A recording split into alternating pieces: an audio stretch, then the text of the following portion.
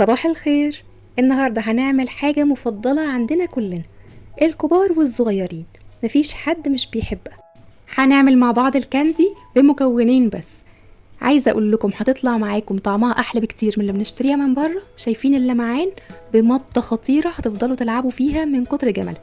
شايفين القوام خطير، وهتعملوها بالفليفر اللي انتوا حابينه، وهتفضل معانا متماسكة حتى بره التلاجة، وبتعمل كمية كبيرة واوفر بكتير من بره. وكمان مش هنحتاج لقوالب سيليكون، ممكن من حاجات متوفرة في البيت نعمل الكاندي. اول حاجة هنختار طعم الجيلي اللي احنا بنحبه، اي نوع، فراولة، بطيخ، تفاح، ليمون، اللي انتوا عايزين. هحط باكت من جيلي، انا مستخدمة النهاردة الفراولة، وهحط عليه معلقتين صغيرين من الجيلاتين السادة اللي ملوش اي طعم، بس يكون نوع نظيف، ده بيأثر على طعم الكاندي في الاخر. وبعد كده بروح حاطه عليه معلقه صغيره مليانه من السكر ونص كوبايه من الميه الدافيه، وعلى نار من هاديه المتوسطه هفضل اقلب المكونات مع بعض لحد ما الجيلاتين والسكر يدوبوا والجيلي يبدا يغلي معايا بالمنظر اللي هتشوفوه دلوقتي. طبعا زي ما قلت لكم تقدروا تستخدموا اي نوع جيلي بتحبوه. اول ما الجيلي يغلي عندي بطفي عليه النار، وبكون مجهزه القالب اللي هصب فيه الكاندي بتاعتي. طيب عندنا كذا طريقة ان احنا نعمل بيها الكاندي. اول حاجة يكون عندنا قالب سيليكون بالمنظر ده، بكون دهناها دهنة بسيطة من الزيت وبصب عليه الخليط بتاع الجيلاتين وهو دافي. او يكون عندي قوالب التلج بدهنها دهنة كويسة جدا من الزيت، زيت يكون ملهوش لا طعم ولا ريحة علشان ما يأثرش على طعم الكاندي، علشان تطلع معايا بسهولة. لو ما دهنتهاش زيت كويس بتبقى ماسكة وهتطلع معانا بصعوبة. واروح صب عليها برضو الخليط بتاع الجيلاتين وهو دافي، ما سيبوش يسقع علشان مش هيبقى انسيابي كده واحنا بنصبه. وهستغل الشكل ده علشان اعمل شكل البطيخه اللي شفتوه في الاول، فهحط بس في تلت المكعب اللون الاحمر. ويا سلام بقى لو مستخدمين جيلي بنكهه البطيخ هيبقى متماشي قوي مع الشكل. هدخله التلاجة يجمد، هو بس ربع ساعه وبيكون متماسك. وبعد كده بصب عليهم بقيه الطبقات اللي هي الطبقه البيضاء والخضراء عشان يديني شكل البطيخ. علشان نعمل الطبقه البيضاء هنعملها بالحليب علشان تطلع لونها ناصع كده وفاصل ما بين الالوان.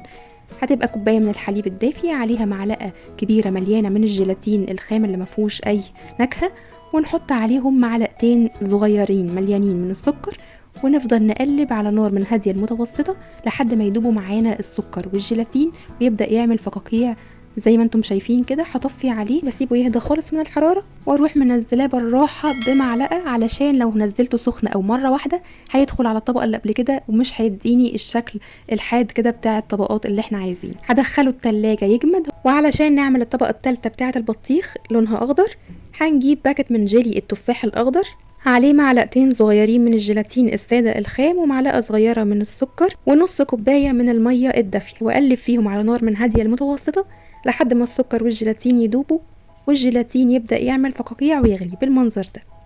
هطفي النار واسيبه يهدى شوية من الحرارة، وبعد كده بصبه في القوالب بتاعتي. لو هصبه لوحده هصبه على طول في القالب، ولو هصبه على لون تاني بسيبه يهدى خالص من الحرارة وبوزعه بمعلقة زي ما اتفقنا علشان اللونين ما يدخلوش على بعض. وطبعا كل ما بنستخدم قوالب شكلها صغير وحلو وكل ما بتعمل كمية كبيرة وبتشد الأطفال أكتر. لو احنا بنصب الكاندي عملت رغاوي على الوش بنشيلها بمعلقة صغيرة كده عشان تطلع معانا في الاخر الكاندي شكلها صافي وحلو. طب لو مش عندي لا قوالب سيليكون ولا القوالب بتاعه التلج اعمل ايه؟ بنستخدم اي حاجة متوفرة في البيت، ما تشتروش مخصوص. هنجيب اي علبة متوفرة عندكم، سواء مثلا علبة تلاجة او صينية او اي حاجة صغيرة كده، واروح دهنها دهنة كويسة من الزيت وانزل عليها بخليط الجيلاتين وادخلها التلاجة لحد ما تتماسك كويس. وبعد كده اول ما بتطلع من التلاجة بقطعها بالسكينة كده مكعبات صغيرة، وممكن تعملوها طبعا زي ما قلنا الوان طبقات كده على بعض بتبقى جميلة برضو. وده شكل الكاندي بعد ما تمسكت في التلاجة، بتطلع بكل سهولة من القالب. تقدروا بقى تنوعوا في الاشكال والالوان زي ما انتوا حابين، مسلية جدا في العمايل. وعايزة اقول لكم ان نص الكمية خلص من قبل ما اصور اصلا، بتتخطف خطف من حلاوتها، وكمان في الصيف بتبقى منعشة كده وجميلة. القوام مطاطي متماسك حتى بره التلاجة، بس يفضل في الحر ده ان احنا ناكلها كده ساقعة وجميلة، فنحطها في علبة تلاجة متغطية عشان ما تلقطش ريحة من اي حاجة في التلاجة وتفضل معانا لمدة طويلة جميلة. تقدروا كمان تحطوا شوكولات دروبس كده على الوش علشان تدي شكل البطيخ ويبقى طعمها جميل في الكاندي.